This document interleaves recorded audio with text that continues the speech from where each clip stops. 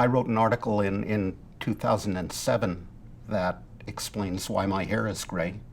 I wrote that article for a conference on Europe and the Euro, where I was asked to write about the breakup of the Euro area. And I wrote, it will not happen. It cannot happen. The odds of it happening are vanishingly small. Holding the Euro together, holding Europe together is difficult and costly economically and politically, but breaking it up would be even more difficult and costly. So I'm an economist. I weigh the costs and benefits of different courses of action and concluded that history doesn't run in reverse, that the Euro is like Hotel California. You can check in, but you can't check out. It's like a Roach Motel. And I continue to subscribe to that view. Politicians can make unpredictable choices. Voters can do unpredictable things in the voting booth as well. But rational economic calculus, insofar as it shapes events, suggests to me that Europe will find a way to stagger forward. I'm Barry Eichengreen from the University of California at Berkeley. I'm a longtime fan of and affiliate of INET from the very beginning. I work in economic history and international economics. Only a minority of the leading PhD programs require economic history of their PhD students, and I think it's good that at least a minority do. A majority should. Beyond that, the frontier of technique continues to move on. We invest a lot in technique, not only in econometrics and theory, but how to harvest data from the web, how to digitize historical records. All of that will need to be part of the skill set of a practicing macroeconomist going forward. Many people who think about macroeconomics read newspaper headlines and investment bank newsletters and discover that people who are making macroeconomic forecasts get it wrong at least as often as they get it right. But that's not macroeconomic research, which is what you asked me about and what the Institute for New Economic Thinking is and should be promoting. If you look at what people are doing in terms of research, I think the state of affairs is good, that big data and new empirical techniques, more computing power, have enabled people to study the mortgage crisis using data on individual mortgages and individual households and see how financial conditions in different cities and neighborhoods affect local economic outcomes.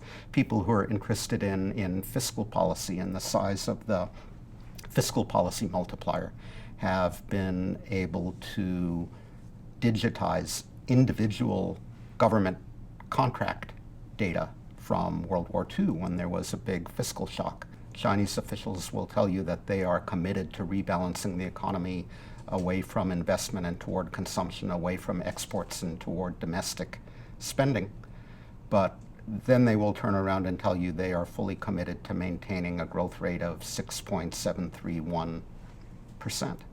And it's not clear that they can do both. My own view is that as long as they have a headline growth target, rebalancing will lag because they will feel compelled to do whatever it takes, provide as much credit to state-owned enterprises to boost investment sufficiently to hit the growth target, and therefore rebalancing will lag. And the longer that continues, the more the debt problems in the corporate sector will build up, the longer the imbalances will continue. I think they understand, everybody understands, that China needs to allow the growth rate to decelerate, maybe a little faster than they have, in order to further that process of rebalancing. But there is political pressure now from the top not to let that deceleration happen, or not to let it happen fast enough. So I'm not worried about a crash in China anytime soon, but I am worried about the continuing buildup of imbalances, and Herb Stein's old comment about things that can't go on forever generally don't. A great country needs a great currency, it is said, just like a first-class power needs an aircraft carrier, which China now also has. But how much difference does it really make? If you look at the latest data from SWIFT on international payments in different currencies, the Chinese renminbi accounts for, wait for it, 1.8% of the global total. That's not inconsequential, but it's number 5 or 6 on the list of currencies that are used internationally, where the dollar accounts for the majority of such transactions. I do think that over time the renminbi will play a larger role, but it's got a long way to go before people begin to take it seriously. So the strategy in China has been to use renminbi internationalization as a lever to encourage domestic reform, to open up the external financial accounts and encourage foreign banks and firms to do business in the renminbi and have access to China's own markets as a way of ratcheting up the pressure for domestic reform. That's a dangerous strategy. That's a lot like what other Asian countries did in the late 1990s, and it's backfiring a little bit on China now as residents, Chinese companies are taking advantage of a more porous capital account of the balance of payments to shift money abroad. Capital has been flowing out. The central bank has had to intervene to prop up the currency, and now they have begun to tighten their controls on international financial flows.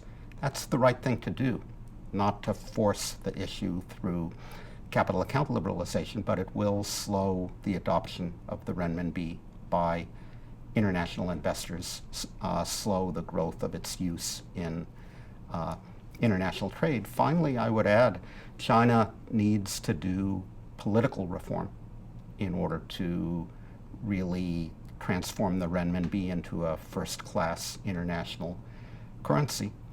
The dollar is not only the leading international currency, it's a safe haven currency because until now, U.S. policies have been sound and stable. The U.S. Treasury bond market is not only the most liquid market in the world, but the Treasuries, the full faith and credit of the United States stand behind the Treasury market. Do people feel equal confidence about Chinese financial assets and parking a significant share of their wealth in Shanghai, given that the Politburo can decide one thing today, but exactly the opposite tomorrow?